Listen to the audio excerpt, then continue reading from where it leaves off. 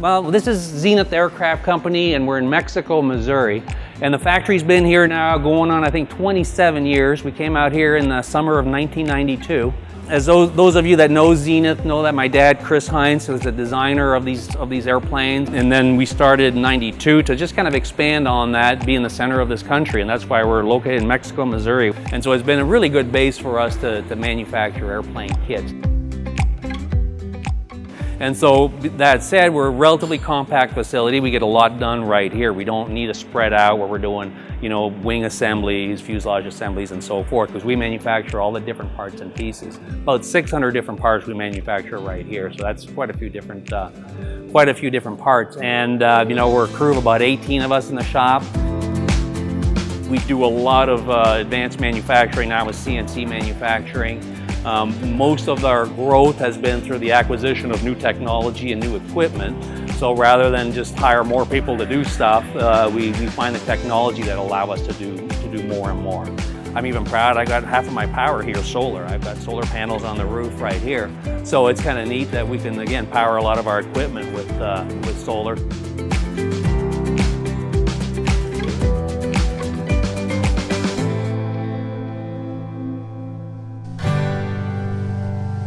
This being our latest kit, we really leverage that technology in this latest kit.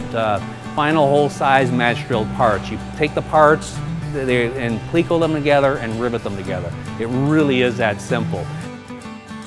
Same with the instructions, because everything has been pre-drilled. Not to say you don't need instructions, but you barely need blueprints anymore, because you're just putting things together. You're no longer figuring out, how the part needs to be finished and so forth. And the beauty of that is that it makes it more accessible for more people. And so there's also a lot of built-in motivation, because you can't spend 2 hours on this and not have something to show for it.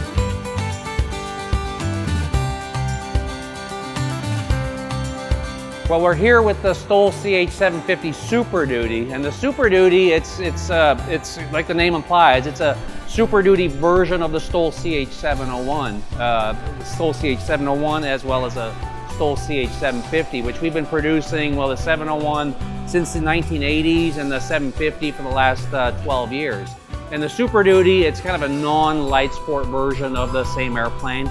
The wingspan is a little bit longer on the airplane to be able to carry more load, and larger tail sections accordingly. And then we added a rear jump seat in the airplane because we could. And then on the front end, we've got a much larger engine as well, because it's Super Duty, carry more, gives it more capability.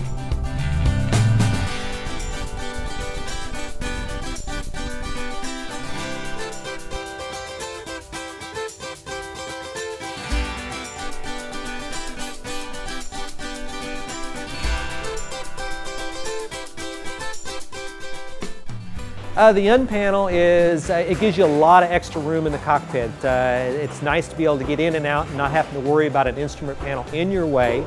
But its standard comes in the kit is a standard traditional panel, so that is an option, the UnPanel. So I don't want customers thinking you can only get it like this. You can get it with this traditional panel.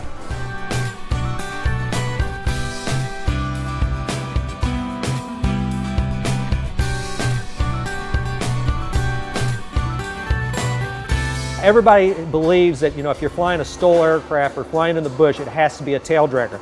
There's advantages to a tail dragger and disadvantages to a tricycle. The advantage of our 750 tricycle is you just don't have to worry about crosswind winds. Can you imagine going into a mountain strip, 500 foot, you have 30 knot crosswind in a tail dragger? You probably won't go in there, or you might have problems. Whereas a 750 Super Duty, it's a tricycle, so you don't have to worry about those high crosswinds. Now on the short takeoff, what happens is we have an upside down stabilizer, so when you start adding a little bit of power, the fuselage is going to go down very quickly, and then the slats are going to start to work very quickly. So you're actually working as a tail dragger right off the get-go, because the nose is coming off very quickly.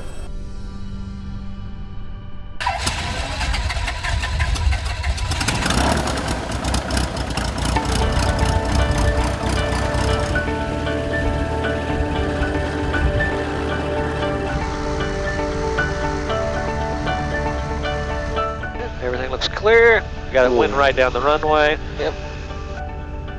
So we're gonna line up here right on the center line. Okay.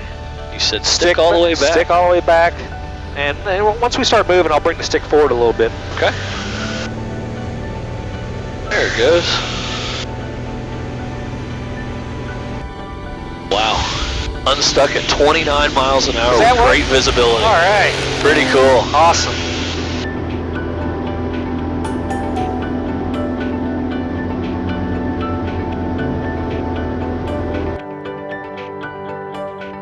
Go ahead, fly it. It's your aircraft. Okay, my airplane.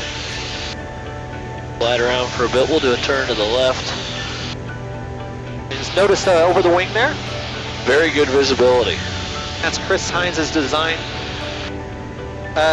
trademark when he brought out the 701 back in the 80s. He hated flying Cessnas and you couldn't see over the wing when you're in a turn. With a steep enough right bank, I can see over the right side too.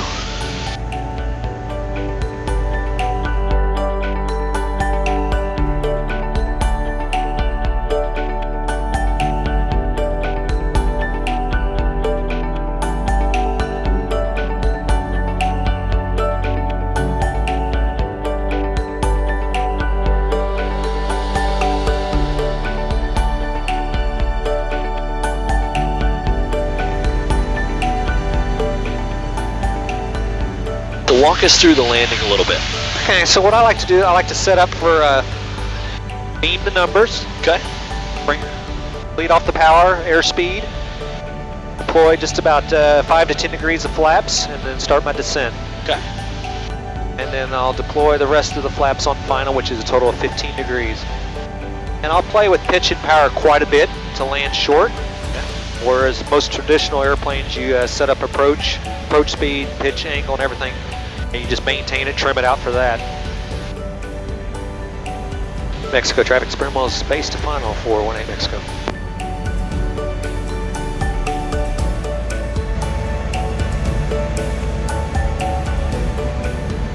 And once I turn final, I'll lower the rest of the flaps.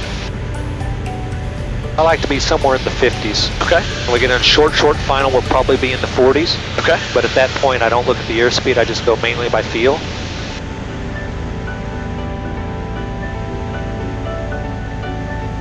With a little wind on the nose, it should be a nice short landing. And we might try to exaggerate it a little bit and land just a little longer, so we're not trying to, you know, spot land it or anything. Sure. So I just want to show you how you can keep the nose off the ground if you're coming into a, you know, sandbar or something like that. Absolutely.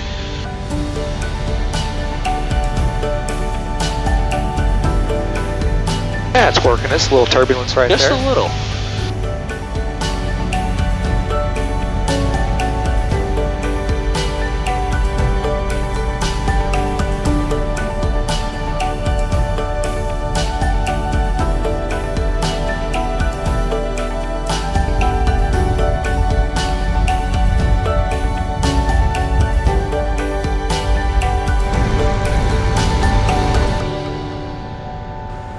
Zenith is a very rewarding place to work in lots of ways. The reason is we all carry so many, wear so many different hats, and I love that because I don't get bored.